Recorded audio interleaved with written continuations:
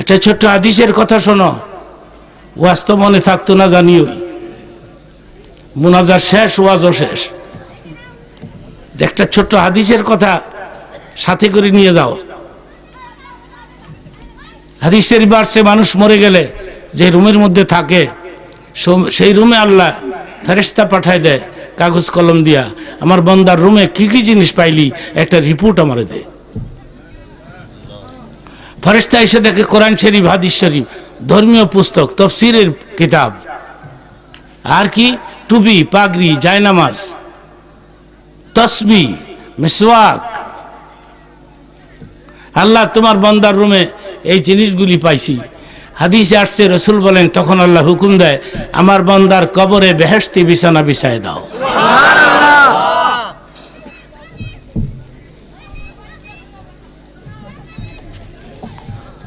তো মুনাজাত লাগবে, জোরে বলেন। আমি আবার কানে কম শুনি। মুনাজাত লাগে, সুন্নত লাগে, নফল লাগে। আমরা মুনাজাত দিয়ে যাব, সবাই বলেন ইনশাআল্লাহ। ইনশাআল্লাহ এমন একটা বাক্য যেটা বলতে হয়, না বললে মুসিবতে পড়তে হয়। ছোটকালে একটা গল্প পড়েছিলাম, আধা মিনিটে বলে ফেলি। এক ব্যক্তি বাজারে যাচ্ছে গাধা কিনবে, পথিমধ্যে তার বন্ধুর সঙ্গে দেখা হয়েছে। বন্ধু রেখে বলে, কি হে কোথায় যাও? গাধা কিনতে যাই। ভালো কথা, ইনশাআল্লাহ বললে ক্ষতি কি? লোকটা উত্তর দিল, বাজারে গাধা আছে আর পকেটে টাকা আছে, আমি ইনশাআল্লাহ কেন বলবো? বলল না, না বলেতে রেজাল্ট কি হলো? বাজারে যাওয়ার সঙ্গে সঙ্গে পকেট মার টাকা নিচে গাধাটা আর কিনতে পারলো না। তো শূন্য হাতে বাড়ির দিকে যাত্রা ধরেছে। পথিমধ্যে ওই বন্ধুর সঙ্গে আবার দেখা হয়েছে। বন্ধু রেখে বলে, কি হে গাধা কই? ইনশাআল্লাহ টাকা চুরি হয়ে গেছে। এখন আপনারা বলেন, এখন কি আর ইনশাআল্লাহ বললে কাজ হবে? আপনাকে সময় মতো বলতে হবে, ইন জাস্ট টাইম। ঠিক কিনা বলুন? তো বলুন ইনশাআল্লাহ, মাশাআল্লাহ, জাযাকাল্লাহ, ফি আমানিল্লাহ। এই আরবি বাক্যগুলো বলতে হবে আমাদেরকে এজ এ মুসলিম, কথা বলার আগে এবং পরে। মুনাজাত দিতে রাজি সবাই? মুনাজাতই তো আসল।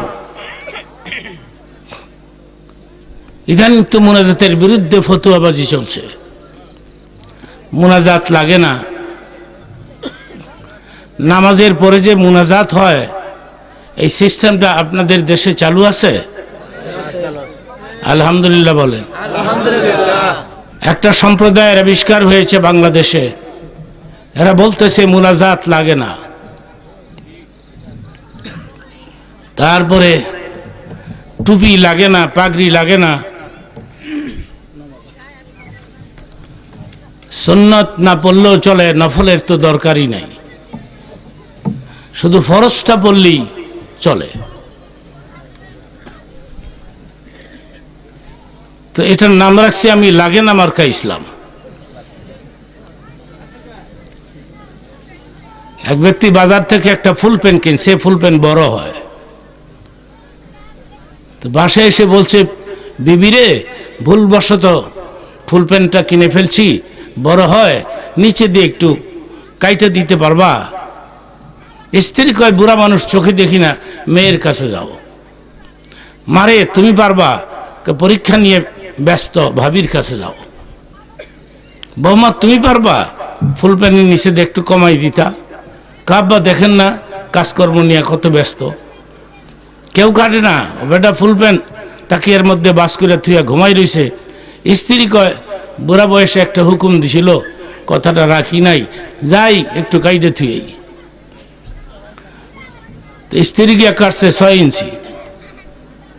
মেয়ে কয়, আব্বা খুশিল, কথা রাখি নাই, যাই কাটিগে গিয়া। মেয়ে গিয়া কাটছে আরো 5 ইঞ্চি।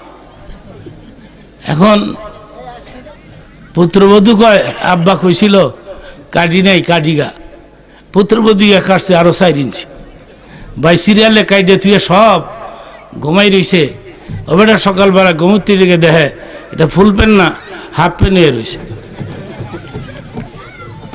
তো সবই যদি কাইটা ফালাও, হ্যাঁ পাগড়ি লাগবে না, টুপি লাগবে না, মুনাজাত নাই, সুন্নত নাই, নফল নাই, তাহলে এটার নাম রাখছি আপনি হাফ প্যান্ট মার্কা ইসলাম।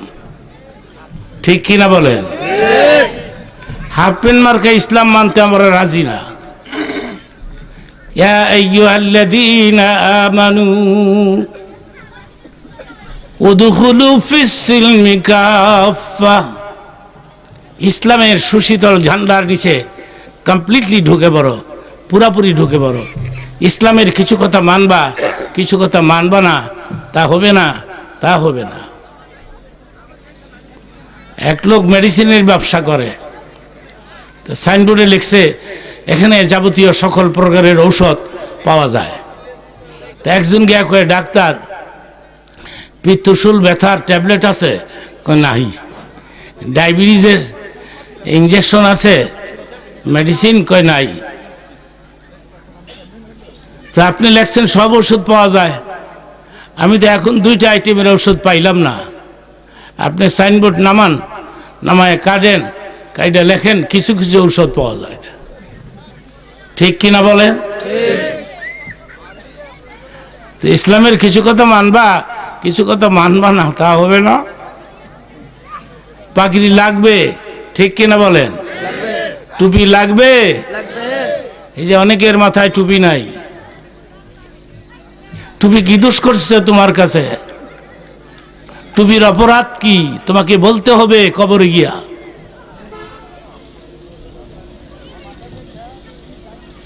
এইসব দেশে একটা টুপির দাম কত? 10,000, 10 টাকা। তো সিগারেটের পয়সা হয়, টুপি কেনার পয়সা হয় না কেন? একটু জিকির করে নিচ্ছি, লাভ ইলাহা ইল্লাল্লাহ, লা ইলাহা ইল্লাল্লাহ। একটু থামেন, 1 সেকেন্ড। লা ইলাহা ইল্লাল্লাহর ধাক্কা কোন দিকে, ডান দিকে না বাম দিকে? কালবের মধ্যে। একটু জোরে মারতে হবে। লা ইলাহা ইল্লাল্লাহ, লা ইলাহা ইল্লাল্লাহ, লা ইলাহা ইল্লাল্লাহ, সুবহানাল্লাহ ওয়ালহামদুলিল্লাহ, লা ইলাহা ইল্লাল্লাহ। আমার ভাইরা, এই তাসবিহটা বেশি বেশি করে পাঠ করবেন। হাদিস শরীফে আসছে সুবহানাল্লাহি তামলাউল মিজান। এই যেই তাসবিহ পাঠ করলাম, এইটা যারা দুনিয়াতে বেশি বেশি করে পাঠ করবে, কিয়ামতের ময়দানে মিজানের পাল্লায় ওদের ওজনকে ভারী করে দেওয়া হবে।